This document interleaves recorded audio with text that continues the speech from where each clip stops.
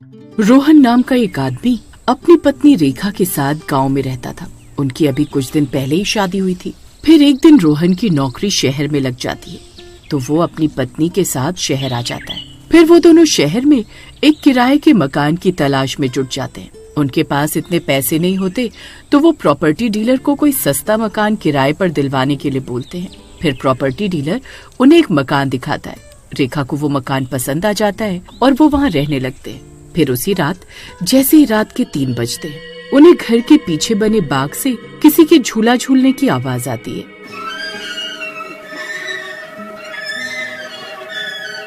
अजी, ये इतनी रात गए झूला कौन झूल रहा है? क्या आपको भी आवाज आ रही है? हाँ, आवाज तो मुझे भी आ रही है।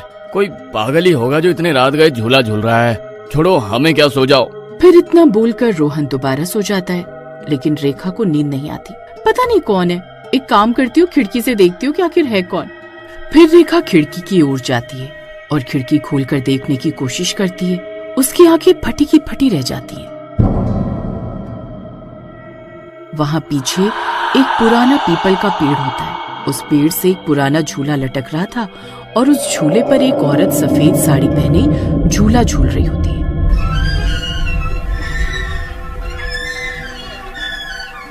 उसके लंबे लंबे बाल होते हैं, जिस वजह से रेखा उसकी शक्ल नहीं देख पाती।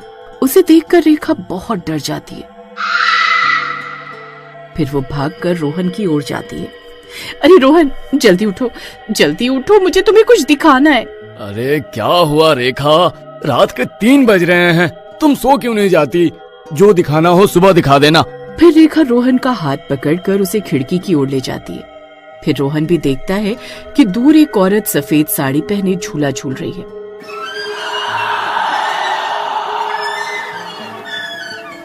रोहन की नजर सीधा उनके पैरों पर पड़ती है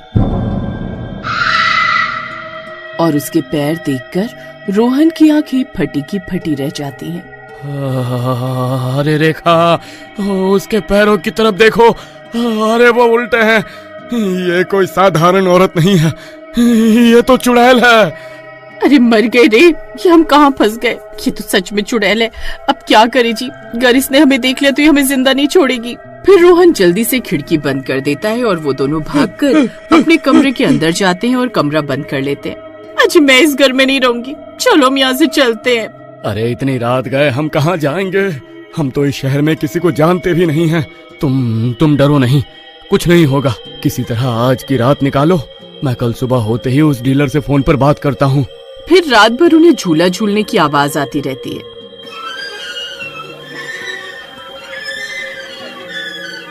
और वो डर के मारे पूरी रात सो भी नहीं पाते। फिर सुबह होते ही रेखा पड़ोस की औरतों को रात में हुई घटना के बारे में बताती है। अरे बहन जी, क्या मैं आपसे कुछ बात कर सकती हूँ? हैं? बोलो ना। हम लोग कल रात ही इस घर में शिफ्ट हुए, लेकिन हमें रात भर किसी के झूला झूलने की आवाज आती रही। क्या इसके बारे में आप कुछ जानती हैं? हे भगवान, क्यों आपने इस घर को किराए पर लिया है? क्यों, ऐसा क्या है इस घर में?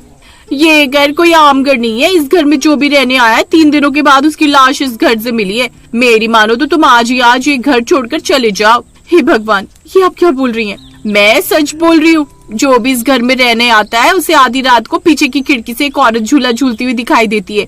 और तीसरे दिन उनके साथ वो औरत क्या करती है किसी को नहीं पता, क्योंकि तीसरे दिन सिर्फ उनकी लाशें ही मिलती हैं। रेखा उस औरत की बातें सुनकर डर जाती है और भागती हुई रोहन के पास जाती है। रोहन, रोहन कहाँ हो तुम? चलो हमें इसी वक्त ये घर छोड़कर जाना होगा, नहीं तो वो चुड़ैल हमें जिंदा नहीं छोड़ेगी। अरे तुम ये कैसी बातें कर रही हो? आखिर बात क्या है, मुझे कुछ बताओगी भी? मैंने उस झूला झूलने वाली चुड़ैल के बारे में सब पता लगा लिया है। इस घर में जो भी रहने आता है, वो चुड़ैल उसे तीसरे दिन मार देती है। आज पहला ही दिन है, हमारे पास 2 दिन है। चलो हम चलते हैं यहाँ से। अरे हम ऐसे नहीं जा सकते, हमारे पास दूसरा घर किराए पर लेने के लिए पैसे नहीं है। रुको, मुझे डीलर को फोन करने दो। हमारा 2 महीने का सिक्योरिटी डिपॉजिट है उसके पास। फिर रोहन डीलर को फोन मिलाता है। प्रॉपर्टी डीलर उसे कहता है कि वो किसी काम से 1 हफ्ते के लिए बाहर गया हुआ है। जब आएगा तो बैठकर बातें करेंगे। हे भगवान, हमारे पास 1 हफ्ते का समय नहीं है जी, आप कुछ और सोचिए। रेखा, हो सकता है वो औरत तुम्हें डरा रही हो। बेवकूफों वाली बात मत करो जी। क्या आपने कल रात अपनी आंखों से उस चुड़ैल के उल्टे पैर नहीं देखे थे? जब सब कुछ आपने अपनी आंखों से देखा है, फिर भी आप इसे नकार रहे? हाँ, तुम्हारी बात ठीक है, लेकिन अभी हम ये घर छोड़कर नहीं जा सकते। फिर दोनों में पूरा दिन बहस चलती रहती है और देखते ही देखते रात हो जाती है। अजी बाहर तो अंधेरा हो गया जी, अब क्या होगा, कहीं ये हमारी जिंदगी की आखिरी रात तो नहीं। फिर रात होते ही फिर से उन्हें झूला झूलने की आवाज आने लगती है।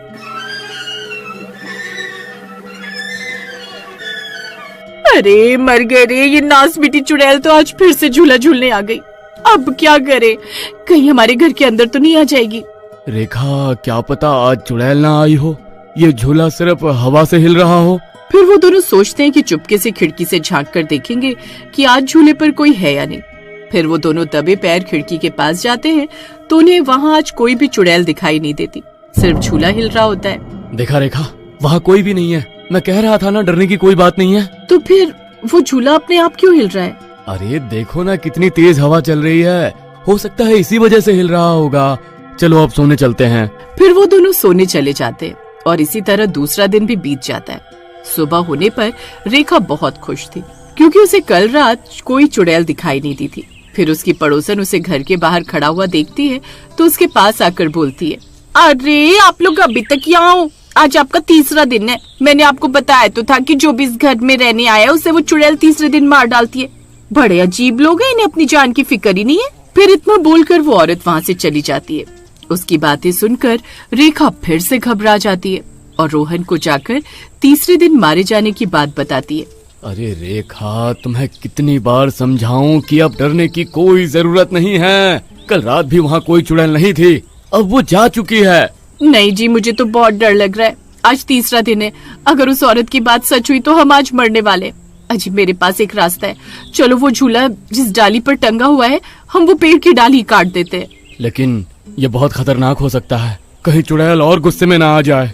हमारे पास और कोई रास्ता नहीं है, हमें ये करना ही होगा, जो होगा देखा जाएगा। फिर वो दोनों एक आरी से उस पेड़ की डाली को काट देते हैं। झूला नीचे जमीन पर गिर जाता है। फिर वो दोनों भागकर अपने घर के अंदर चले जाते हैं। फिर रात होने पर रेखा चुपके से खिड़की खोलकर देखती है तो उसे वहाँ कोई दिखाई नहीं देता। शुक्र है भगवान का, इस बला से जान छूटी। फिर वो दोनों सो जाते हैं। फिर आधी रात होते ही उन्हें झूला झूलने की आवाज आती है।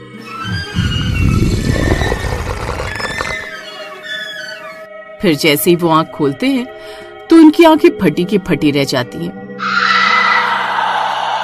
वो झूला उनके कमरे की छत से बंधा हुआ होता है और वो चुड़ैल झूला झूल रही होती है।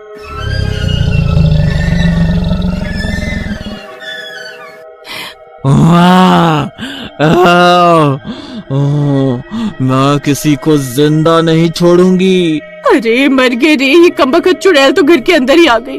अब क्या करें जी, आप इससे पूछो ना आखिर ये हमसे चाहती क्या है। मैंने तो पहले ही कहा था इसका झूला मत तोड़ो। मैंने सुना है कि ऐसी चुड़ैलों को शांति तभी मिलती है जब कोई उनसे बात करके उनका अधूरा काम पूरा कर दे। अगर हम उससे बात कर पाए और जान पाए कि वो क्या चाहती है तो शायद वो हमें छोड़ दे। पागल हो गई हो क्या? चुड़ैल से बात करोगी, वो हमें देखते ही मार डालेगी। डर कर बैठने से तो मौत पक्की है, कोशिश करेंगे तो शायद बच भी जाए। तुम कौन हो? हमें क्यों डराती हो? अचानक झूला अपने आप रुक जाता है। मैं किसी को मारना नहीं चाहती, मेरा नाम सावित्री है। ये घर मेरा था। शादी के बाद मेरे पति ने मुझे इसी पेड़ पर फांसी दे दी थी। मेरी आत्मा इस झूले से बंध गई है। मैं बस चाहती हूँ कि कोई मेरी अस्थियां गंगा में बहा दे ताकि मुझे मोक्ष मिल सके। हम तुम्हारी मदद करेंगे। अगले ही दिन रोहन और रेखा उस पेड़ के नीचे खुदाई करके सावित्री की पुरानी अस्थियां निकालते हैं और उन्हें गंगा जी में बहा आते हैं। जब वो लौटते हैं तो देखते हैं कि घर से झूला गायब है। घर में पहली बार सुकून और शांति महसूस होती है। रात को उन्हें कोई आवाज नहीं आती। रोहन भी चैन की सांस लेता है। अगर हम डर के मारे भाग जाते तो शायद कभी सच नहीं